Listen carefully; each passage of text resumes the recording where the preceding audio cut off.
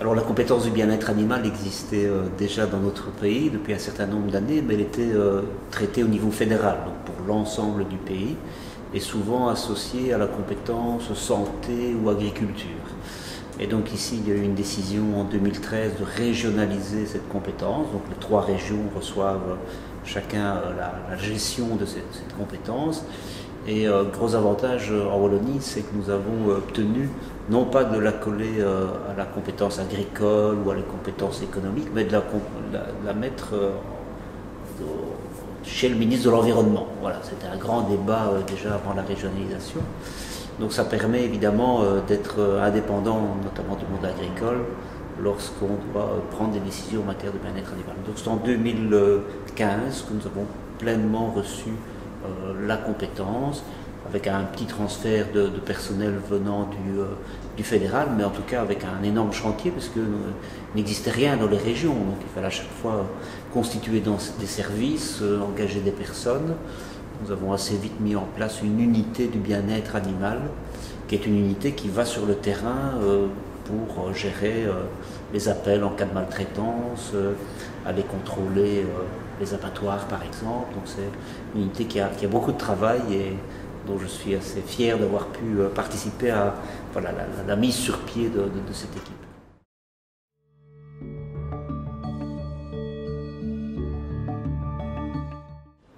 Alors c'est vrai qu'on a très vite constaté qu'on avait des faiblesses dans la législation. C'est bien d'être sur le terrain, c'est bien de réagir aux demandes et aux plaintes, d'aller constater des cas de maltraitance, mais ensuite quand on veut sévir, quand on veut punir, il faut avoir des lois, un décret ici en l'occurrence, qui nous permet de prendre des décisions.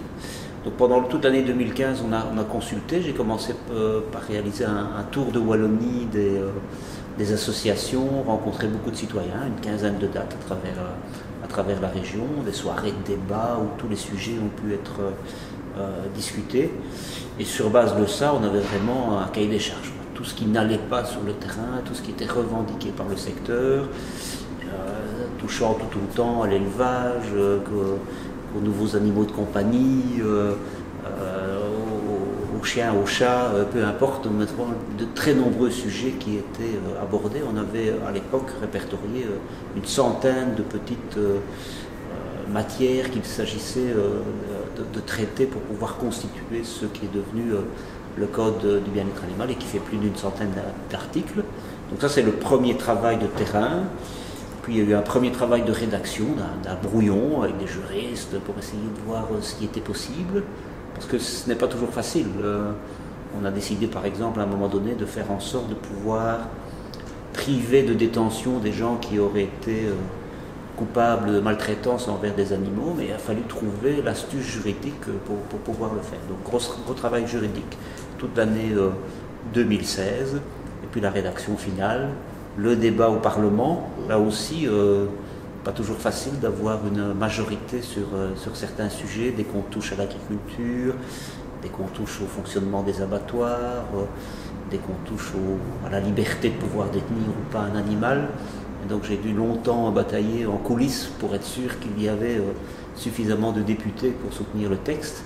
Mais la récompense était intéressante puisqu'au bout du compte, il a été voté à la quasi-unanimité du Parlement. Donc sur les 75 députés wallons, tous ont voté le texte final.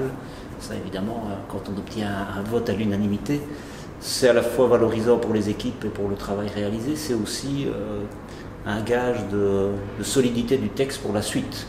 Si les majorités politiques changent, tout le monde a voté ce code du bien-être animal. Et donc on a une responsabilité commune pour faire en sorte qu'il soit correctement appliqué.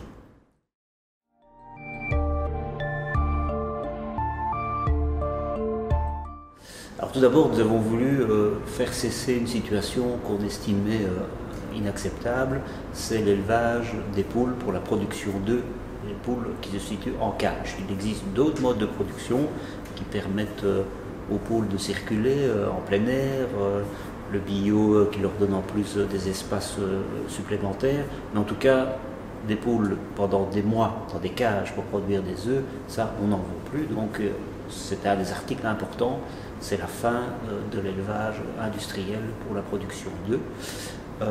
Alors pour le reste, On est essentiellement dans des règles européennes qu'on transpose. On essaye d'aller un peu plus loin. Le premier aspect qui est important et qui s'applique aussi au monde agricole, c'est qu'on définit l'animal comme un être sensible. À partir de là, c'est l'article 1, c'est l'article fondateur de ce code. À partir de là, on peut mettre en perspective certaines situations d'élevage et heureusement la plupart des éleveurs sont des gens qui sont attentifs à leurs animaux, mais quand ce n'est pas le cas, on peut faire référence à cet article. Donc les poules, c'était vraiment notre combat majeur d'avancer, pas facile vis-à-vis du secteur.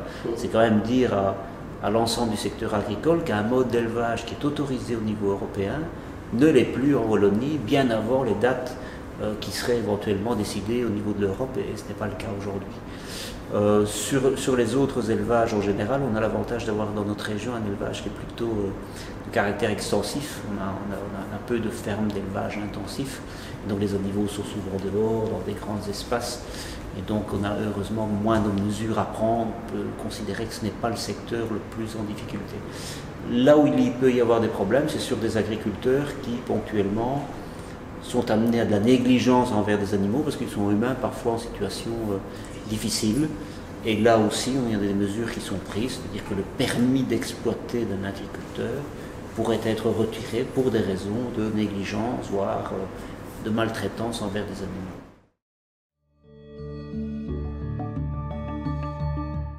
Oui, donc là, nous avons fait en sorte que les abattoirs doivent travailler dans des circonstances différentes, donc transparence totale, présence de caméras, visualisation possible évidemment de ces images par notre administration, l'abattage en tant que tel, avec tant les zones d'accueil qui doivent être différentes de ce qu'elles sont aujourd'hui, donc une évolution de la configuration des abattoirs, et le fameux abattage avec étourdissement qui est devenu la règle. Il sera d'application au 1er septembre de cette année. Il sera donc plus possible d'abattre un animal sans étourdissement préalable.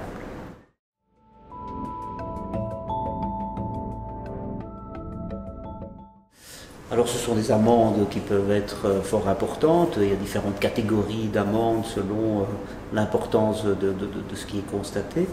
Mais nous avons surtout ajouté un élément nouveau, supplémentaire, c'est la possibilité de ne plus pouvoir détenir un animal. Donc nous créons un permis de détention.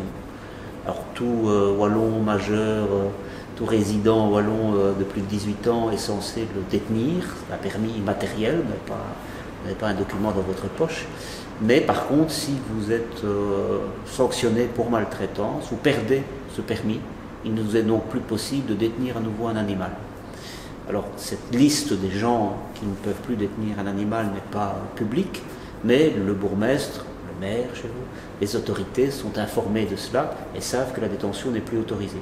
Un voisin qui a pu voir qu'il y avait de la maltraitance, qui a vécu la saisie, qui a vécu la sanction, peut se rendre compte quelques mois plus tard que de nouveau un animal s'y trouve.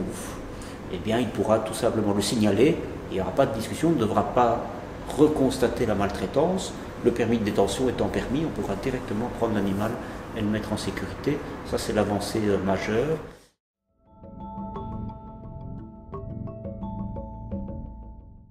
C'est vrai que nous avons un secteur associatif merveilleux en Wallonie, un peu partout en Europe, heureusement, des refuges qui, sans moyens publics, accueillent des animaux. Ce que nous constatons, c'est que les ventes, les commerçants d'animaux sont de plus en plus agressifs sur le marché et ça amène à des achats impulsifs et donc à des abandons à charge des refuges. Ce que nous avons voulu faire, c'est faire en sorte d'alimenter financièrement les refuges. Comment? Chaque fois qu'un animal est identifié par un commerçant qui doit le vendre, il paye une contribution, une vingtaine d'euros, qui va directement dans un fonds permettant d'investir dans les refuges, dans du matériel, dans des constructions nouvelles, des améliorations de l'infrastructure. Donc ça permet la récurrence et ça crée aussi le lien entre la cause, la responsabilité et les refuges qui essayent de pallier à la situation, puisque les éleveurs vont devoir, ça ne devrait pas leur faire trop mal, une vingtaine d'euros par animal, vont devoir cotiser de manière à financer ces refuges. Je pense que c'est un juste retour des choses.